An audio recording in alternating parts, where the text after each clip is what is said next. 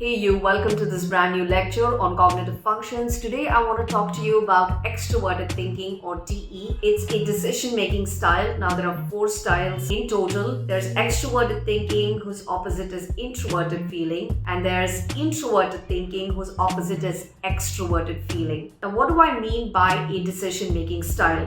Everyday life is chock full of questions that we need to answer. What type of restaurant do I want to eat at? Where should I order my groceries from? How should I order my groceries? Should I do them online or just pop into a store? Should I live my whole life in one city or just keep moving around and living in multiple cities?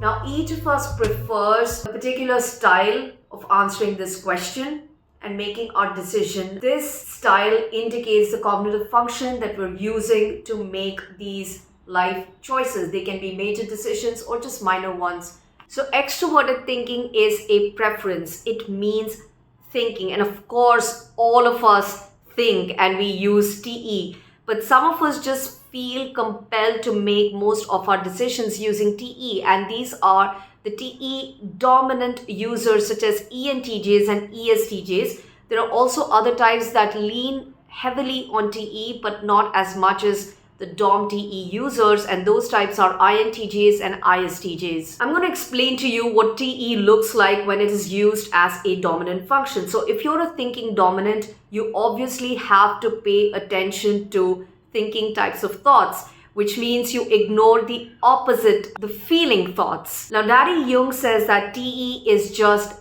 facts. Observable facts, objective facts that all of us can agree upon, that there's no debating over these facts. How do you observe these truths? You go out there, you do things. There's a fire, you touch it, you burn your hands. That's a sensory observation. You decide to avoid the fire, that's logic. Now, the source of this TE thought could have been subjective, but you put it to the test. You observe that when people from your community also touch the fire, they get burned.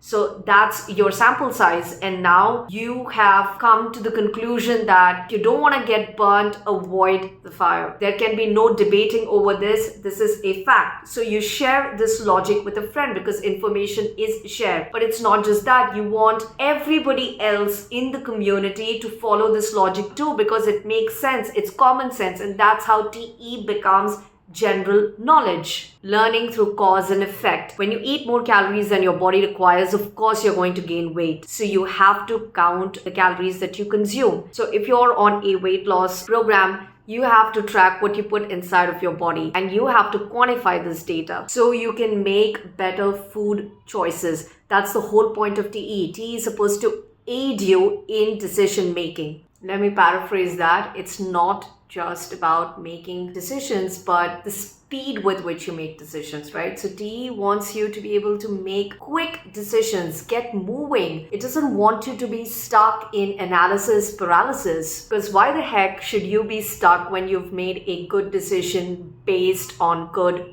logic? Now, the reason why TE also wants to move quickly is because time is a finite resource. Now, when we're thinking in the Jungian sense, when we are predominant Jungian thinkers, we neglect another type of data, that's feeling. Now, feelings are concerned about your own moods or those of others around you. Feelings are concerned about your interests, your values. So when you're a TE dominant, you tend to ignore the opposite cognitive function, which is introverted feeling or FI.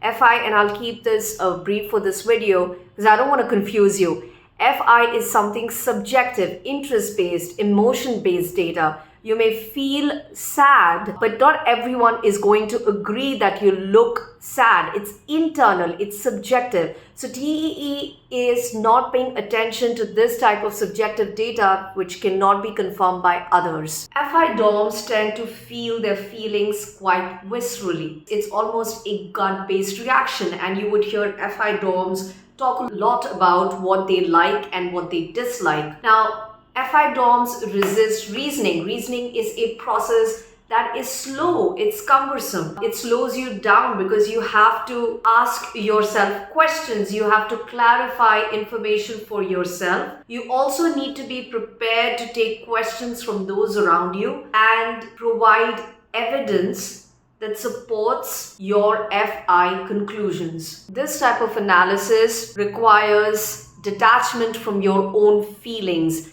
And remember, the reason I brought up FI DOMs is I want you to understand what is it that FI DOMs resist, and that's TE, right? Providing evidence, presenting arguments to support your conclusions is exactly what TE DOMs revel in. So here's an example. An FI DOM and a TE DOM have a conversation. The FI DOM says, I like to write. And the TE DOM says, what is it that you like to write? And the FI DOM says, stories. And the TE DOM says, okay, all right. How many stories have you written? What's your output? Have you published anything? Have you gotten feedback for your work? Have you identified your audience? Is the genre you're writing in profitable? And if you haven't written anything yet, what is your writing plan? What's your timeline? Where's your list of publishers? Who's going to pick up your book? Who's going to read it? Basically, you need to test what's in here with what's out there. Because only then can you have a standard to judge yourself against. You need to present evidence. You need to present your reasons. You need to be able to quantify your skills, because only if you're able to quantify your skills, you can have the numbers, and ergo you can deduce that you're good at writing or that you like to write, and the chance of you succeeding as a book writer is high. Or you can use inductive reasoning. You can check for patterns here. So let's assume you're a college student and you notice that you have a problem meeting assignment deadlines in general. But surprisingly, whenever you have to turn in a story or a review for an English class, you've always delivered the assignment on time, which means you honor your deadlines only for English classes. That's your TE evidence for your FI conclusion that you like to write or that you're good at writing. So this goes beyond feeling. Suffice to say, a TE DOM will be able to reason without resistance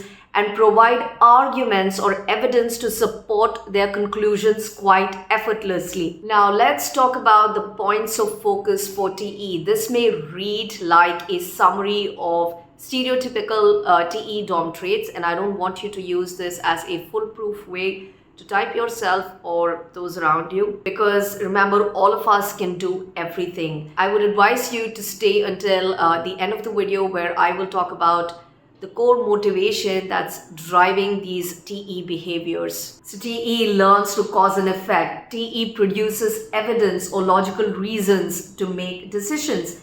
TE tracks external standards of merit and competence. How many subscribers do I need to make money off of YouTube?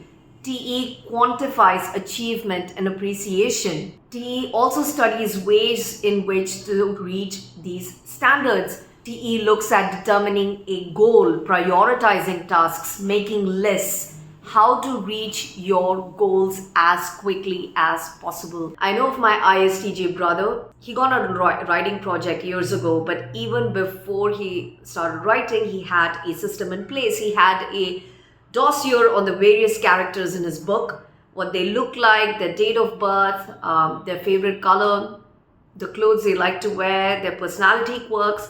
So he referred to this dossier as he was writing out his draft, so as to not waste time while writing. He also designed his workstation accordingly. He had a standing desk so he wouldn't get back pain from sitting and face interruptions while writing. He'd also have a map of the city that was pasted on the wall, the city the story was set in.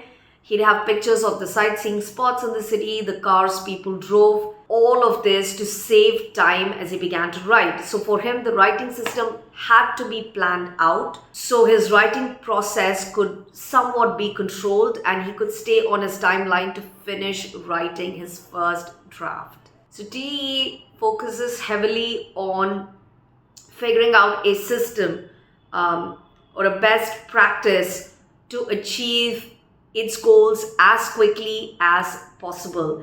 TE looks at gathering the resources to achieve this goal, whether it's people or the information or the tools that you need in order to stay on track and finish your project. TE DOM users can appear restless. They want to get to that task immediately. They want to get the job done. If there are people slowing down the process, TE can quickly identify the snag, confront it, and rectify the situation by offering a solution to move things so they can appear somewhat controlling in that context. TE knows there is no foolproof plan. TE expects the unexpected. TE is flexible. TE makes room for interruptions and errors and redoing its efforts.